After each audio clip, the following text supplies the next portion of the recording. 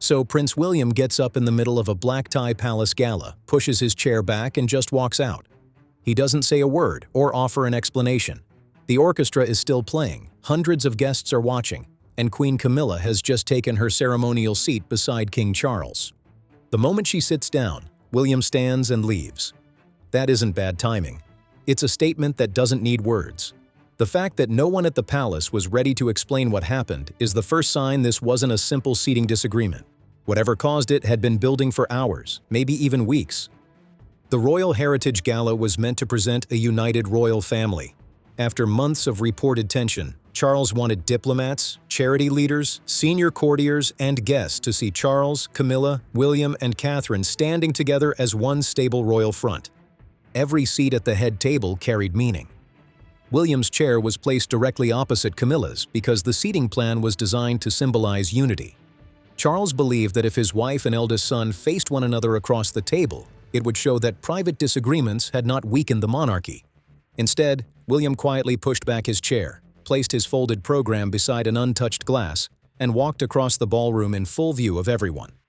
Charles watched him leave without calling after him. His hand tightened around the table as he struggled to balance being a father and being the king. Camilla tried to smile, but it quickly faded. She realized William wasn't coming back.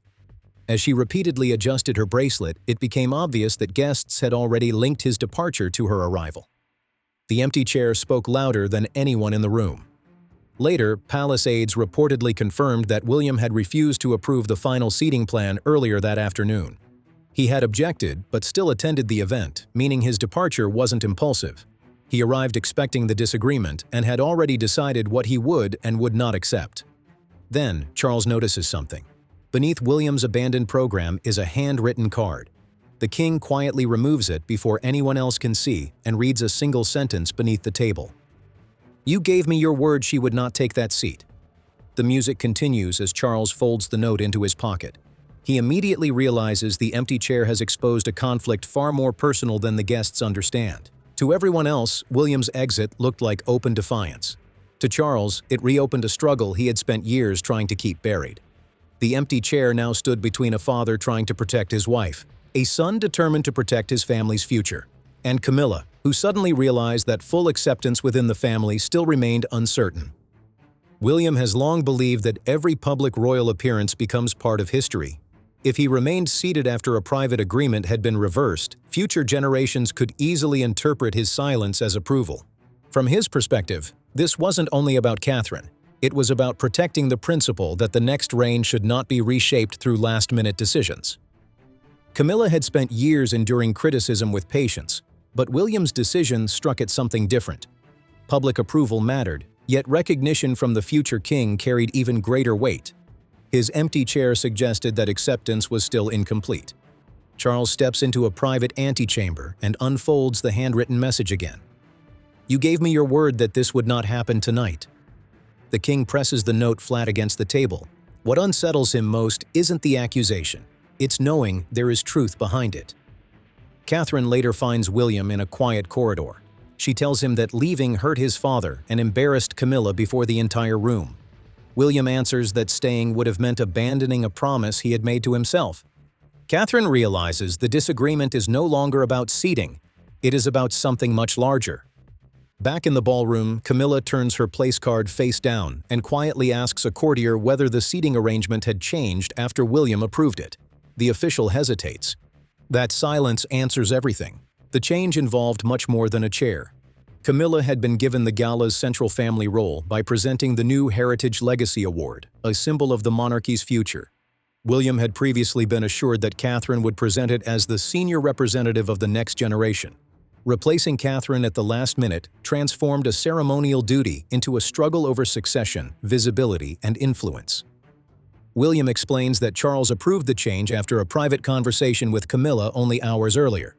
The public saw the walkout, but the decision that caused it had already been made behind closed doors. The crisis had actually begun 3 hours earlier inside the king's private study when a single change to the ceremonial program reopened long-standing disagreements over loyalty, succession, and the queen's public role beside the future king. By the time William entered the gala, he believed the damage had already been done. His departure simply made the private disagreement impossible to hide. The timeline explains why. 2 weeks before the gala, Charles personally told William and Catherine that Catherine would present the Heritage Legacy Award. Although the award held no legal authority, the symbolism was enormous because the presenter stood beside the monarch during the closing address and appeared in the official historical portrait. At 4:15 that afternoon, Camilla entered Charles's private study without aids.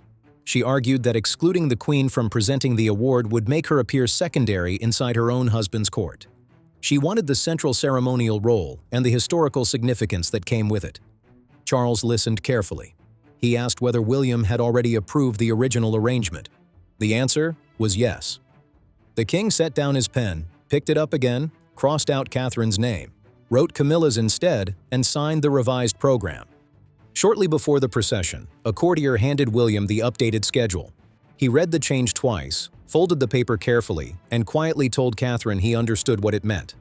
She asked him not to react inside the ballroom. William promised there would be no confrontation, but he never promised he would stay seated. The revised program also placed Camilla's name ahead of Catherine's in the official gala record, giving the decision lasting symbolic importance. According to the private secretary's notes, Charles reportedly warned that William would view the change as a challenge. Camilla replied that the future king needed to understand the monarchy could not operate according to his personal feelings. William learned of those comments only after leaving the gala. By then, walking away no longer felt like the end of the matter. He wanted Camilla to explain the decision directly to him. There were no photographers, no guests, and no ceremonial smiles when William and Camilla finally came face to face in a narrow palace corridor just beyond the ballroom. Neither of them could retreat without revealing fear. William didn't raise his voice. That made the moment even more serious. He asked one direct question. Why had she accepted an honor she knew had already been promised to Catherine? Camilla had left the gala moments after Charles instructed the orchestra to continue. She told guests she needed a brief pause, but it was obvious something else was happening. She was searching for William. He hadn't left the palace. He waited beside a closed door with the revised program still in his hand. Catherine stayed several steps away, close enough to hear if things became heated, but far enough to avoid making the moment feel staged. She understood William wanted a direct answer without courtiers softening the truth.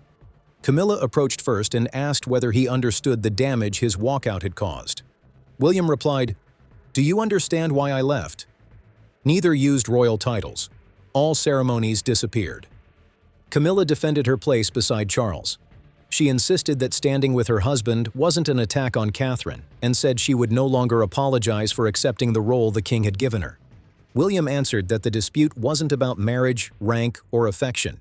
It was about trust. Charles had made a promise, and both Charles and Camilla had changed the arrangement without even speaking to Catherine first. Camilla reached toward the program. William quietly pulled it back and folded it again.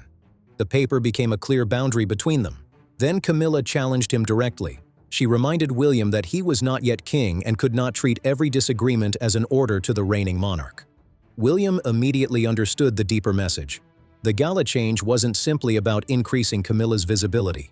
It also pushed back against his growing influence over the monarchy's future. William gave one condition. He would return only if Catherine's role was restored and her name returned to the official record. Camilla refused. At that moment, Charles appeared at the end of the corridor just in time to hear her answer. For years, he had survived difficult family disputes by delaying painful decisions. But now the delay has become a decision itself. He could defend Camilla and risk widening the divide with his heir, or restore Catherine's role and publicly embarrass his wife. Every choice carried a personal cost. Charles still held legal authority over the evening. Only he could approve the ceremony, alter the program, or reverse the presentation order. But William controlled something equally important: the future legitimacy of the monarchy. Palace advisors understood that an open conflict between the king and his heir could overshadow every royal engagement that followed. Charles returned to his study, placed the original program beside the revised version, removed his glasses, and admitted to his private secretary that he had never expected William to walk out. He expected anger, perhaps a cold exchange, but not an empty chair visible to the entire ballroom. Before he reached a decision, Camilla entered. She warned that restoring Catherine's role would send the message that William could force the sovereign to reverse decisions through public pressure. She refused to become the symbol of such a retreat. Charles finally asked why she had insisted on the honor after knowing it had already been assigned.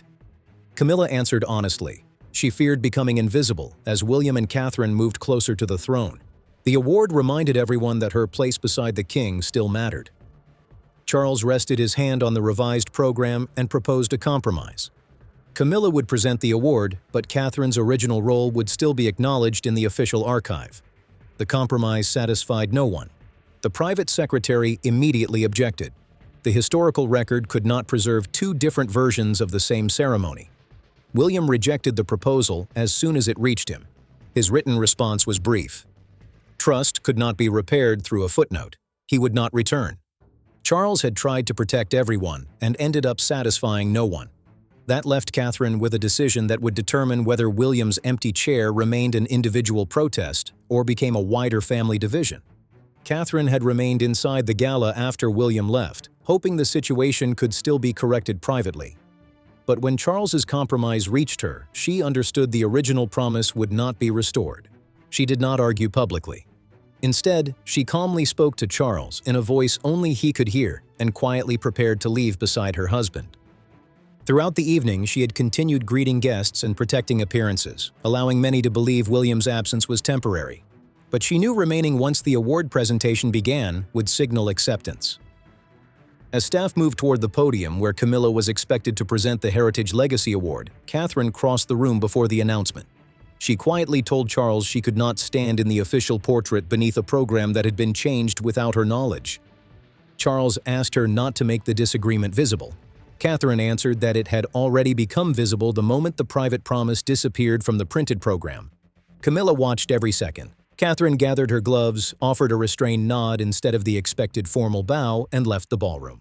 Camilla immediately understood what it meant. William was no longer standing alone. Catherine had chosen to stand beside him.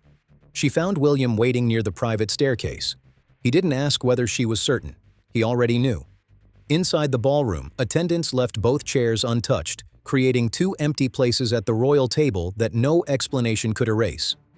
Charles quietly canceled the official family photograph. Without William and Catherine, the image would preserve division instead of unity, defeating the entire purpose of the gala. Moments before her name was announced, Camilla made one final decision. She told the Master of Ceremonies that she would not present the award under those circumstances. It wasn't an apology, but it stopped the disputed presentation from becoming part of the evening's official legacy. When the palace doors finally closed behind the guests, Camilla remained alone with the unused award resting before her. By midnight, the titles, programs, and ceremonial arguments had become almost meaningless. Camilla was alone in a small sitting room when William returned, not as the heir demanding recognition, but as a son searching for the truth. No advisors stood between them, and Charles wasn't there to defend either side. For the first time that evening, the two people at the center of the crisis were forced to speak without an audience or the protection of royal authority. William had only returned to collect a personal case left in the family apartments when a staff member quietly told him that Camilla wished to see him alone. The sitting room offered no ceremonial comfort. She had dismissed her aide and left the disputed gala program on the table between them, while Catherine remained elsewhere, making this the first completely private conversation of the night. Camilla spoke before William had the chance to ask why she had called him back. She admitted she had pushed Charles to give her the presentation because she feared becoming little more than a ceremonial figure as William and Catherine moved closer to the throne. Her voice broke as she confessed that invisibility had always felt like punishment. Years of being watched, judged, and merely tolerated had left her afraid that even her place beside the king might eventually lose its meaning. William listened carefully, but he refused to excuse what had happened. He told her that fear might explain the decision, but it could never justify breaking a promise. The deepest wound, he said, wasn't losing an award presentation. It was discovering that a promise made to Catherine could simply be discarded whenever it became inconvenient. Camilla stopped blaming protocol and accepted responsibility. She admitted she had persuaded Charles to alter the program and acknowledged that reminding William he was not yet king had turned her own insecurity into a direct challenge against him. Then she picked up the revised program, tore through her own printed name, and placed the pieces quietly on the table. The gesture could not erase the evening, but it ended any attempt to defend what had happened. William finally explained why he had remained at the palace. He had never intended to abandon his father. He stayed because he wanted Charles to understand that a private promise still had to matter, even inside a monarchy built on rank. Camilla promised she would tell Charles that Catherine's original place in the record should be restored, and William agreed that he would not seek her humiliation or exclusion from future ceremonies. Before William left, Camilla asked whether he would stand beside Charles when the palace addressed the fallout the following morning. William answered yes. He didn't forgive everything that night, but he agreed to return, turning his departure into the beginning of a more honest kind of loyalty. By sunrise, however, the palace could no longer contain the story. The cancelled presentation, the missing photograph, and the 2 empty chairs had created a story stronger than any official explanation. Across Britain, William's departure was described as rebellion, courage, protection, or defiance, depending on who was speaking.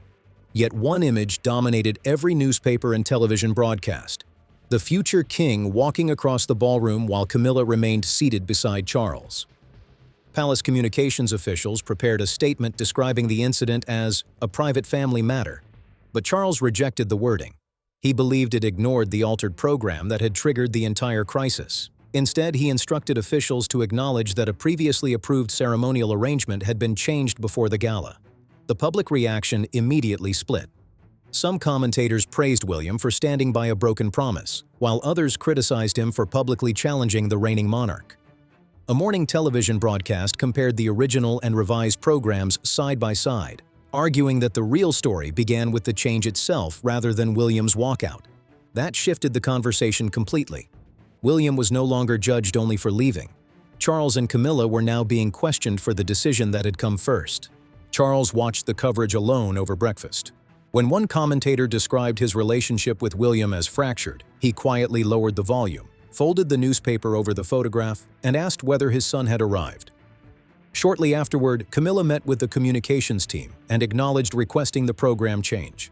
She also instructed officials to restore Catherine's original role in the permanent archive, ensuring that responsibility would not rest entirely on Charles. William returned through the palace's front entrance instead of quietly slipping inside and chose not to release any public statement, signaling that the family would not continue the dispute through competing briefings. Soon afterward, the palace confirmed Catherine as the original presenter, announced that the award would be rescheduled, and introduced direct consultation before future ceremonial changes involving senior royals. Although the public finally received an explanation, the real resolution happened behind the doors of Charles's private study. There, the king gathered William, Catherine, and Camilla without advisors or secretaries.